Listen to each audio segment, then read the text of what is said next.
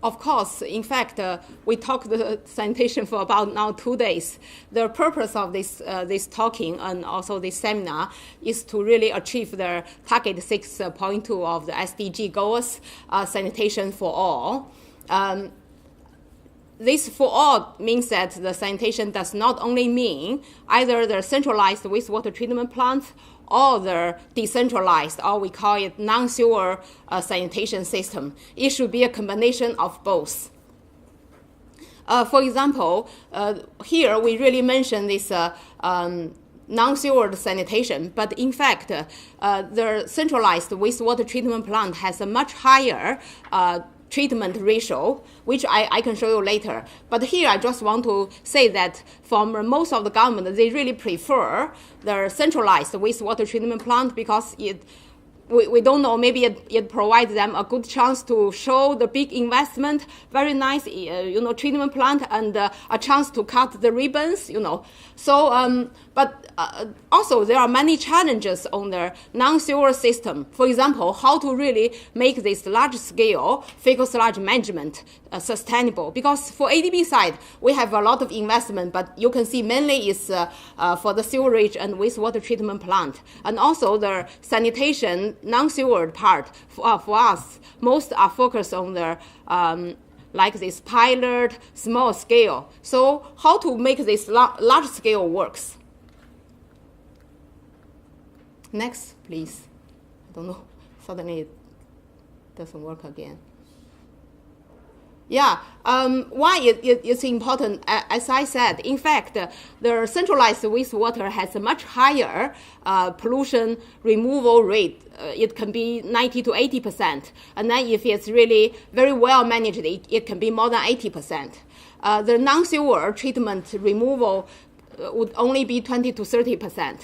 But then if you compare the cost, the non-sewer system is only 10% or, even less than 10% of the total cost of the centralized wastewater treatment plant. And then annual cost is also very much less than the centralized wastewater treatment plant.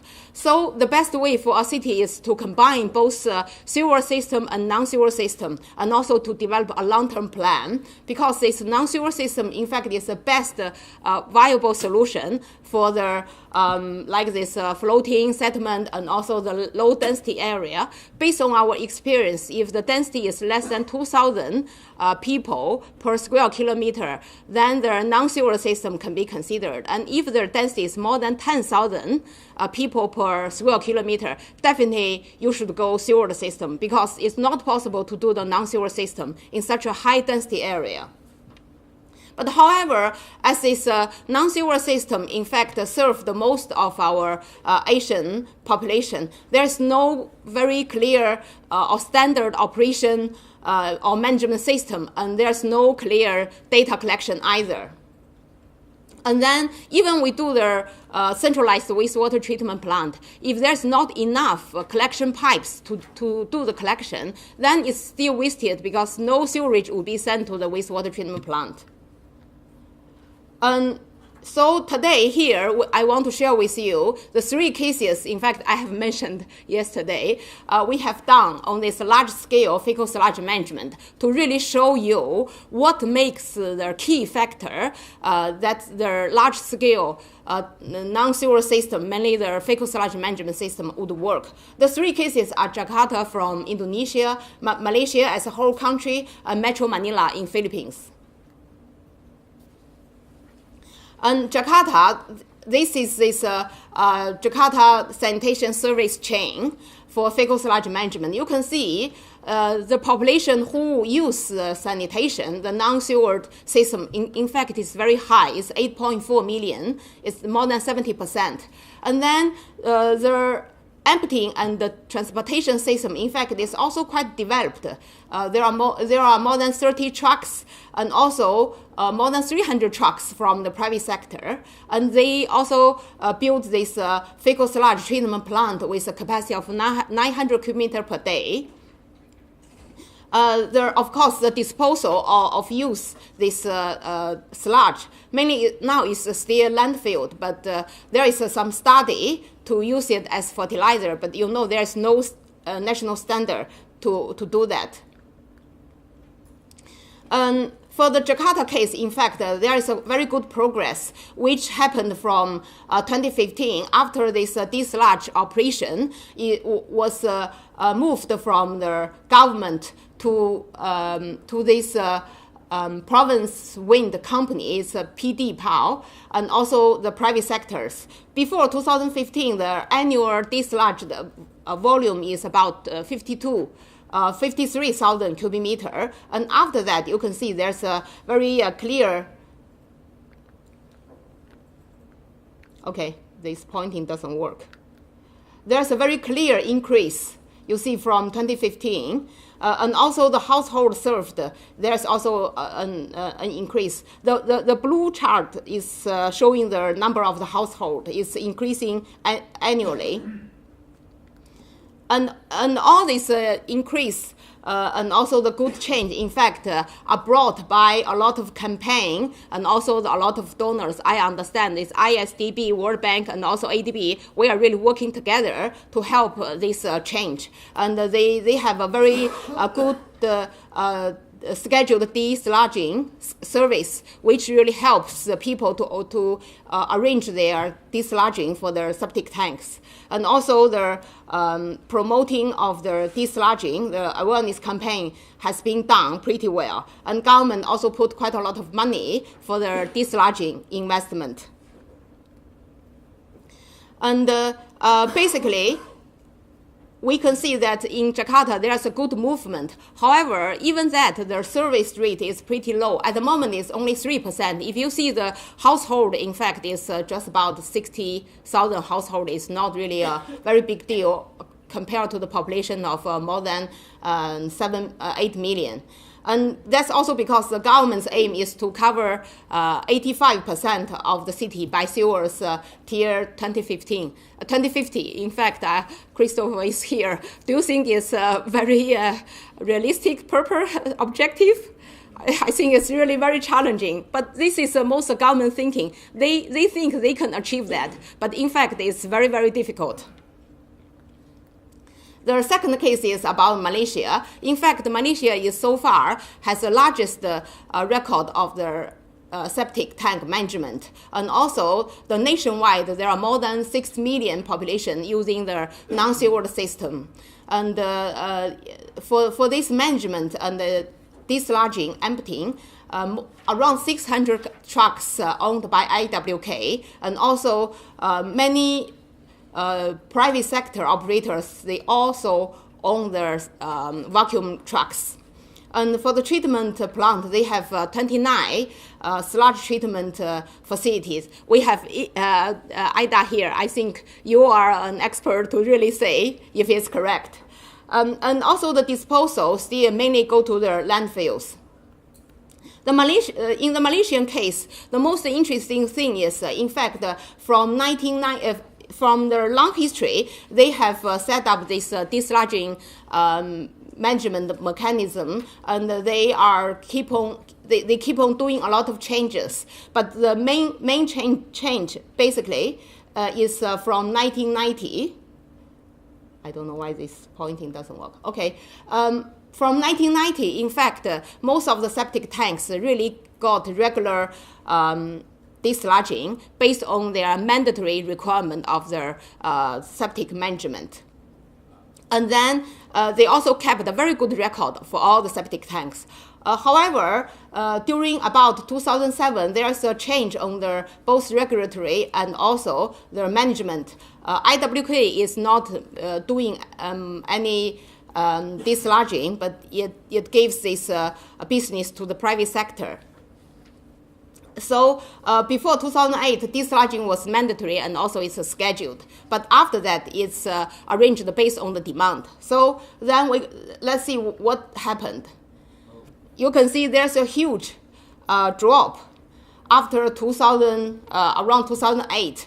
Before, you can see the pink part is total dislodged. However, there's also a very high rate of unsuccessful dislodging. That means that when it's scheduled, but when this IWK send the trucks to people's house, because this septic tank is always located in people's backyard, their house backyard, they cannot have access.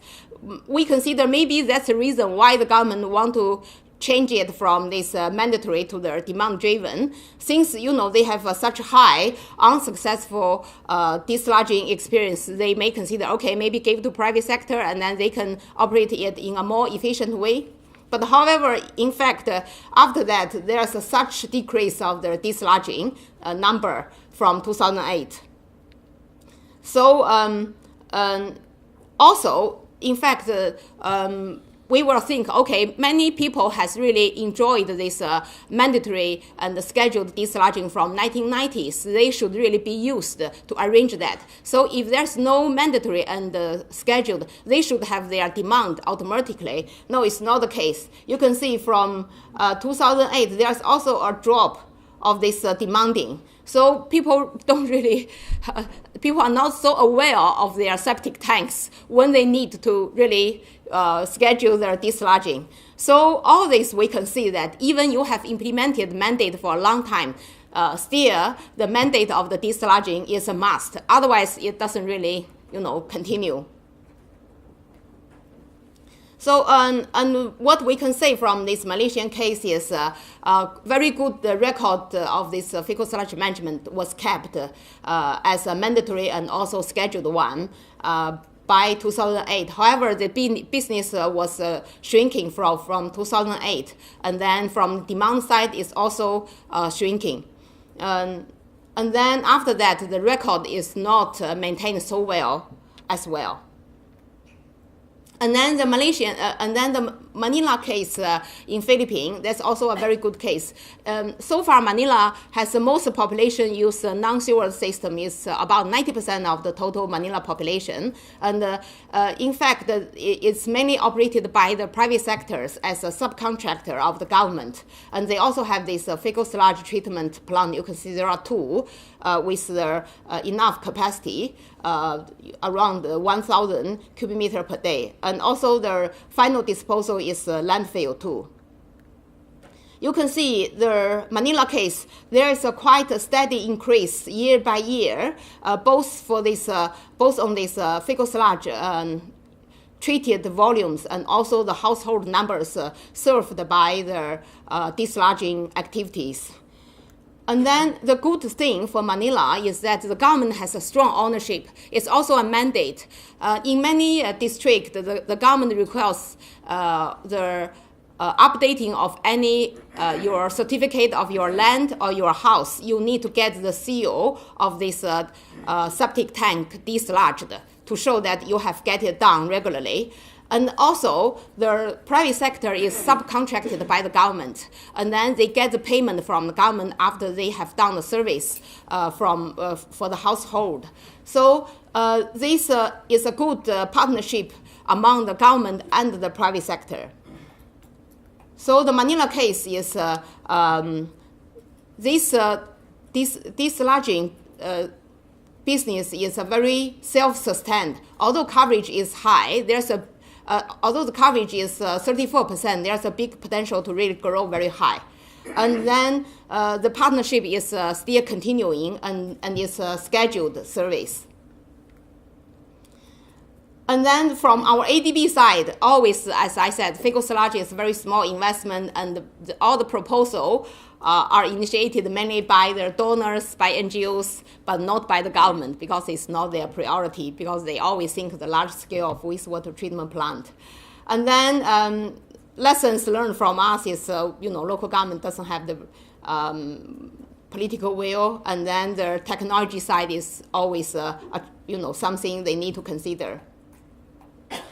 And the key factors we have listed here mainly is a structured institutional framework, and all this based on our cases. And then, in fact, this is just a summary of the 3 cases. What we really want to say is for this large-scale fecal sludge management, the government ownership is very important. We cannot leave it to private sector as we really do in many our projects. And the second is it should be an investment priority. It cannot be only the second choice of this sewer construction connection.